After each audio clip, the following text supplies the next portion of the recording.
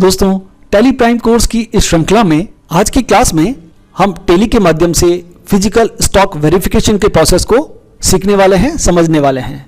दोस्तों, real life scenario में हमें अपने स्टॉक की फिजिकल काउंटिंग करनी होती है, स्टॉक का फिजिकल वेरिफिकेशन करना होता है, या आप सरल शब्दों में ऐसा समझ सकते हैं कि जो भी स्टॉक हमारे पास रखा हुआ है, चाहे वो हमारे गोडाउन में रखा हुआ हो, चाहे हमारी मैन्युफैक्चरिंग यूनिट में रखा हुआ हो, हमारी ऑफिस में रखा हुआ हो, सबका भौतिक सत्यापन करते हुए उनकी काउंटिंग की जाती है। समय समय पर यह प्रोसेस किया जाता है जिसमें हम फिजिकली अपने स्टॉक को काउंट करते हैं और उसका मिलान हमारी बुक्स ऑफ अकाउंट में जो स्टॉक समरी है उससे किया जाता है। यदि दोनों में कोई डिफरेंस आता है कि हमारी बुक्स ऑफ अकाउंट में स्टॉक की क्वांटिटी अलग है और फिजिकली जब हमने अपने स्टॉक को काउंट किया तो उसमें क्वांटिटी कुछ और आ रही है, तो ऐसी स्थिति में हम टैली प्राइम के माध्यम से फिजिकल स्टॉक को वेरीफाई करते हैं और उनकी क्वांटिटीज को मैच करते हैं। दोस्तों, यहाँ हमारे पास अपने स्टॉक में दो स्टॉक आइटम्स हैं, हार्ड डिस्क और माउस। अब फिजिकली जब हम स्टॉक को वेरीफाई करते हैं तो हमें पता चलता है कि हमारे स्टॉक की क्वांटिटीज में मिसमैच है।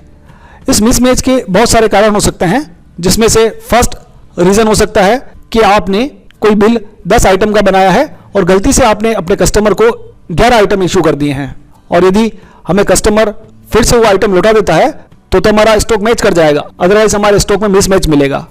इसी तरह से जब हम कोई गुड्स परचेज करते हैं और परचेज के साथ हमें कोई स्कीम मिली है, बाय वन गेट वन वाली कोई स्कीम है, और उसके थ्रू में एक्स्ट्रा गुड्स मिला है और उसकी एंट्री गलती से हमने पोस्ट नहीं की है, तो उस कारण से भी स्टॉक में मिसमैच आ सकता है। इसी तरह से कई बार हमें बिल रिसीव्ड हो जाता है लेकिन उस बिल के अगेंस्ट में गुड्स रिसीव नहीं हो पाता है, उस वजह से भी स्टॉक की क्वांटिटीज में मिसमैच हो सकता है। इसी तरह से जब कभी हम गुड्स सेल आउट कर रहे हैं, हम भी सेल्स का इनवॉइस पहले जनरेट कर देते हैं और उसके अगेंस्ट में गुड्स डिलीवर नहीं कर पाते हैं, तो ऐसी कंडीशन में भी स्टॉक की क्वांटिटीज में मिसमैच हो सकता है।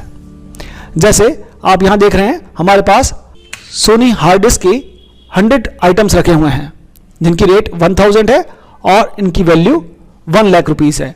इस तरह से माउस जो हमारे पास लॉजिटेक कंपनी के रखे हुए हैं 50 आइटम्स जिसकी रेट 100 रुपीस है और वैल्यूज 5000 है। जब हमने 31 जुलाई को फिजिकल स्टॉक वेरिफिकेशन किया तो हमें पता चलता है कि हमारे पास हार्ड डिस्क के 104 आइटम है 104 और माउस के हमारे पास 48 आइटम्स ही हैं। तो इन क्वांटिटीज को हमें टैली में सेट करने के लिए फिजिकल स्टॉक वाउचर का यूज करना पड़ता है। फिजिकल स्टॉक वाउचर को एक्सेस करने के लिए आपको वाउचर्स में जाना है, और ये एक नॉर्मल वाउचर नहीं है, इसलिए वाउचर की लिस्ट को हमें ओपन करना होता है। उसके लिए F10 आपको प्रेस करना है। F10 शॉर्टकट की से अदर वाउचर्स यानी सभी तरह के वाउचर की लिस्ट आपको यहाँ दिखाई देगी, और नीचे इन्वेंट्री वाउचर्स में आपको फिजिकल स्टॉक वाउचर एक्टिवेट करना होगा जिसका शॉर्टकट Ctrl+F7 है।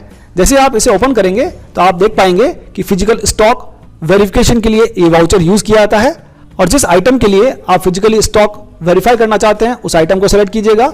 मैंने यहाँ पर सोनी हार्ड डिस्क यूज कर लिया है। 31 जुलाई को जितनी भी क्वांटिटीज फिजिकली आपके पास अवेलेबल थी वो यहाँ आप पुट कर दीजिएगा।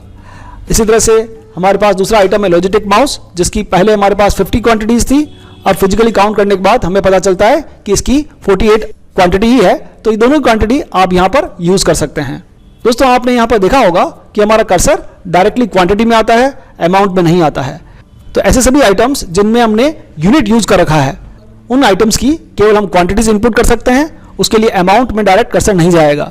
यदि आपके पास ऐसा कोई आइटम है जिसमें आपने यूनिट ऑफ मेजर यूज नहीं कर रखा है तो आप यहाँ पर उसका अमाउंट भी इनपुट कर पाएंगे। अब आप देखिएगा, जैसे ही इस वाउचर को हम पोस्ट करते हैं और फिर से स्टॉक समरी को देखते हैं तो हार्ड डिस्क जो पहले 100 आइटम था अब आपको 104 आइटम दिखाई देता है और उसकी वैल्यू भी यहाँ पर आपको इंक्रीज होते हुए दिखाई दे रही है।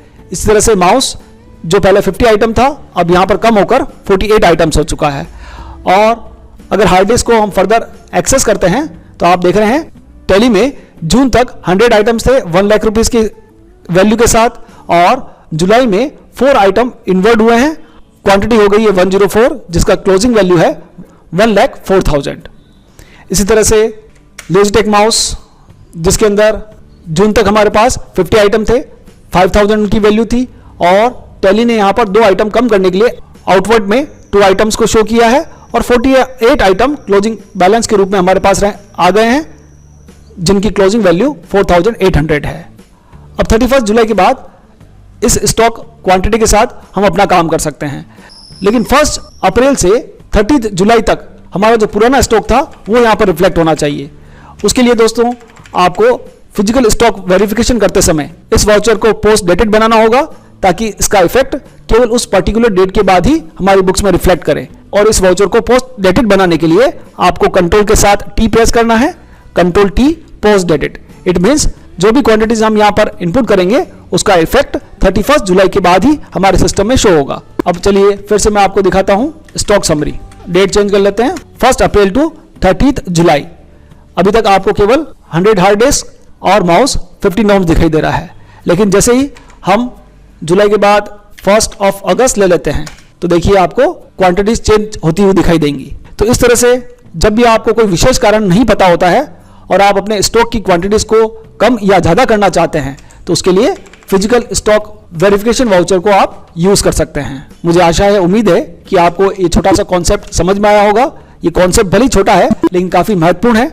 यदि आज का हमारा ये वीडियो आपको पसंद आया हो, उपयोगी लगा हो, ज्ञानवर्धक लगा हो तो आप इसे जरूर लाइक करें, शेयर करें और कमेंट करें। आज की वीडियो में इतना ही, मिलते हैं अगले वीडियो में। तब तक के लिए खुश रहिए, सीखते रहिए, सिखाते रहिए। वीडियो देखने के लिए आपका बहुत बहुत धन्यवाद।